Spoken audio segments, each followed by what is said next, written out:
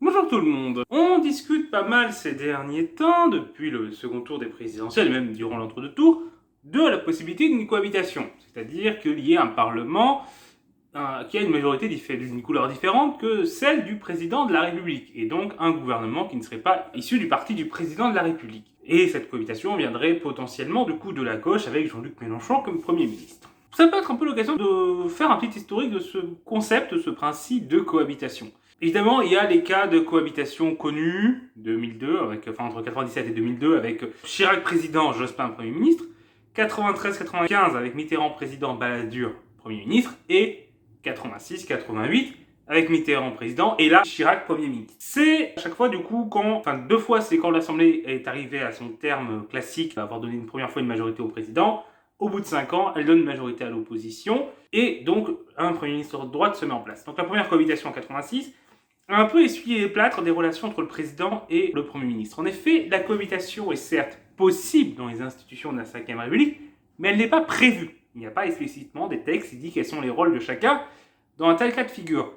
Mais le problème de la Ve République, c'est un système un peu bicéphale, avec le président et le Premier ministre qui sont les deux têtes de l'exécutif, où le Premier ministre est censé, du coup, dans l'idée de la Ve République, être soumis au président, mais en cas de cohabitation, c'est beaucoup moins le cas.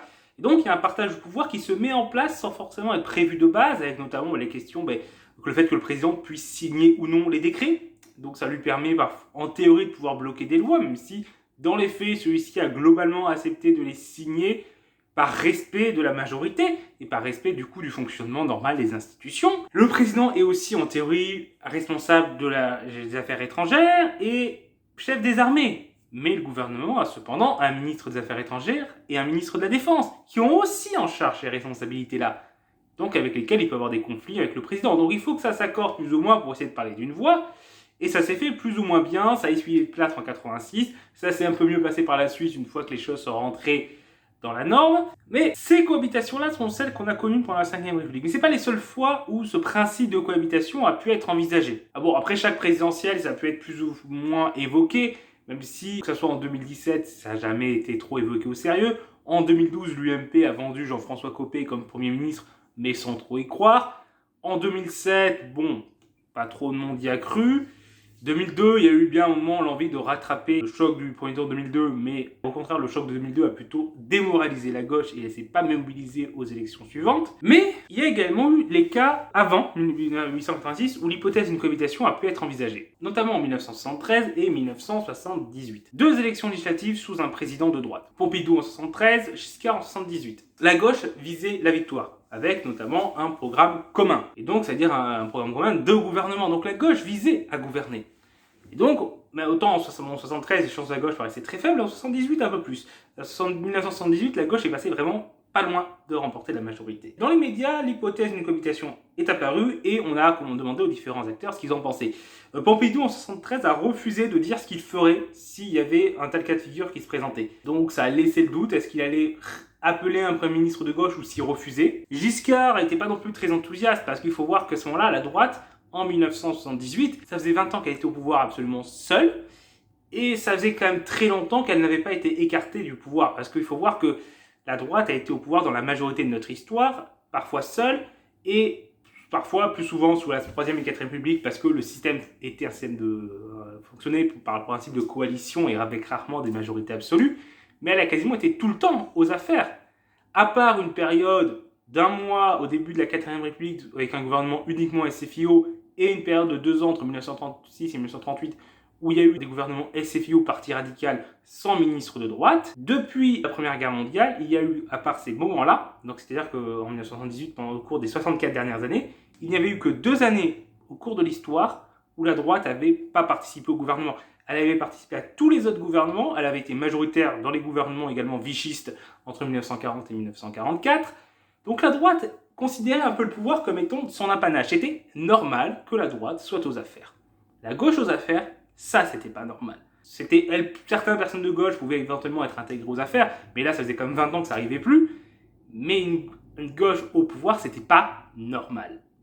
Donc du coup, certains à droite étaient quand même très réticents à l'idée d'appeler un Premier ministre de gauche, même en cas de victoire de la gauche aux législatives de 1978.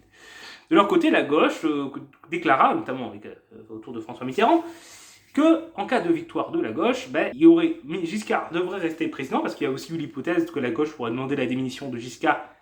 Mais là, ça fait référence à notre précédent que nous allons évoquer après. Mais globalement, la ligne de la gauche était non, le président a été élu au suffrage universel, on n'a pas demandé sa démission. Par contre, on gouvernera autour du programme commun qu'on a mis en place. Et donc, ce que proposait à ce moment-là comme forme de cohabitation, c'est ce qui va être mis en place à partir de 1986. Il y a eu également une sorte, alors pas vraiment de cohabitation, mais de conflit entre le président et l'Assemblée en 1962. Je vous en ai parlé dans ma vidéo sur l'origine de l'élection au président du suffrage universel, mais il faut savoir qu'aux législatives de 1958, la droite avait emporté l'élection, mais pas une majorité absolue gaulliste. La droite était divisée en deux courants, une droite gaulliste et une droite anti-gaulliste, qui avait soutenu De Gaulle pendant la guerre d'Algérie, mais une fois celle-ci finie et avec des désaccords sur le fonctionnement des institutions, les deux vont entrer en conflit, à tel point qu'il y aura une motion de censure qui va être votée contre le gouvernement. Pour montrer un peu l'ampleur du conflit. Donc, De Gaulle n'avait pas de majorité. Cependant, ce n'était pas une cohabitation pour deux raisons. Premièrement, parce que le gouvernement en place était un gouvernement gaulliste. Secondement, parce qu'il n'y avait pas de majorité alternative. La droite non gaulliste pouvait difficilement s'entendre avec les communistes. Donc il n'y avait pas de majorité alternative qui pouvait vraiment se mettre en place crédiblement et auquel on pouvait croire. Donc c'est aussi une hypothèse du coup qui est jamais arrivée après pendant la Ve République, mais d'une assemblée où il n'y a pas de majorité pour un bloc. C'est pas arrivé par la suite parce qu'on était dans un système très bipartisan avec deux blocs qui dominent, bloc gauche, bloc droite, qui se partagent le pouvoir. Et chacun son tour, globalement. Et en l'absence d'une troisième force importante, l'hypothèse d'une non-majorité absolue pour un des blocs était quasiment impossible. Mais là, avec trois blocs, un bloc de nationalistes autour de Le Pen, Zemmour, Dupont-Aignan et certains LR, qui va être minoritaire, mais qui peut peser quand même pas mal, le bloc de la droite libérale autour de Macron, qui vise une majorité absolue, et un bloc de gauche qui se forme actuellement avec Jean-Luc Mélenchon, les écologistes, le Parti communiste, peut-être les socialistes, peut-être le NPA. Ça bouge vite, donc au moment de la vidéo, je ne sais pas encore quelle forme exacte ça va prendre, mais un bloc de gauche progressiste, social, écologiste, qui propose vraiment une véritable rupture avec ce qui s'est fait au cours des derniers quinquennats, dernières décennies, qui se forme et qui vise aussi une majorité absolue. Mais il y a l'hypothèse qu'aucun de ces trois blocs n'ait une majorité absolue. Et dans ce cas de figure, voilà, on prend un peu dans l'incertitude de comment Macron va pouvoir mettre en place un gouvernement. Probablement, il va essayer de gouverner en attirant des morceaux, l'aile gauche et nationaliste, l'aile droite de la gauche, ou gouverner sur des différents projets de l'homme, mais en tout cas, il sera obligé de faire des concessions. Il n'aura pas les mains libres. Ça serait déjà ça. Mais en tout cas, voilà, 1962, on avait un peu plutôt ce cas de figure-là. Et avant, sous la 3e et 4e République. Qu'en était-il? Alors le principe de cohabitation n'avait pas vraiment de sens, puisque vu que le président n'avait que peu de pouvoir, c'était le chef de l'exécutif, le président du conseil, qui dirigeait effectivement le pays. Donc dans les faits, un président du conseil d'une couleur différente du président, c'est arrivé plusieurs fois, sans que ça pose de problème, sauf quelques fois. Alors déjà, il y a le cas dans les années 1870, avec le conflit, donc à partir de 1876, lorsque les républicains prennent la majorité à l'Assemblée face au président monarchiste McMahon. Il y a un conflit, McMahon est lui pour un exécutif fort, donc forcément il va rentrer en conflit avec l'Assemblée qui elle veut un pouvoir législatif plus fort. Et c'est l'Assemblée qui a gagné. McMahon a fini par devoir reculer après avoir dissous l'Assemblée nationale une première fois et avoir perdu une nouvelle fois. Et après avoir perdu finalement le Sénat, il finit par démissionner. Il y a également le cas de Mitterrand, président du coup du bloc national, donc le bloc de droite à ce moment-là, qui en 1924, après la victoire du cartel des gauches, va rentrer en conflit avec l'Assemblée. Là aussi, c'était un président qui défendait une réforme des institutions pour renforcer le pouvoir présidentiel et qui avait fait campagne lors des législatives contre la gauche, ce que le président n'était pas censé faire, en tout cas dans le fonctionnement des institutions de la Troisième République. Donc forcément, en sortant du cadre qui lui était donné, il va rentrer en conflit avec une assemblée avec laquelle il était en désaccord. Et là, encore une nouvelle fois, c'est l'Assemblée qui va l'emporter, puisque Mitterrand va finir par démissionner. Donc c'est les deux fois où il y a eu vraiment conflit entre l'Assemblée et le président, à chaque fois parce que le président voulait exercer un pouvoir exécutif plus fort, alors que les autres présidents ont respecté le fonctionnement traditionnel des institutions de la Troisième, où le président s'efface, et donc il n'y a pas de principe de cohabitation. Et les deux fois, du coup, où le président a tenté de déborder de ça, il n'y a pas eu de cohabitation parce qu'il a dû démissionner. Parce que dans les institutions de la Troisième République et dans la mentalité d'une grande majorité du personnel politique et également d'une grande partie de la population, le pouvoir législatif primait. Le président devait rester en retrait.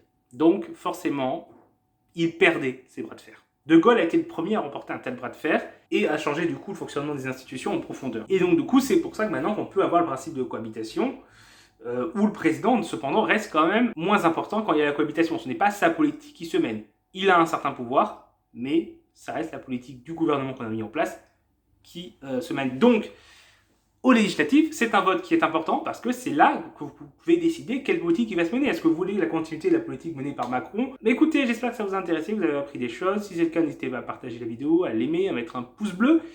Et n'hésitez pas également à vous abonner pour ne pas rater nos prochaines vidéos. Au revoir tout le monde!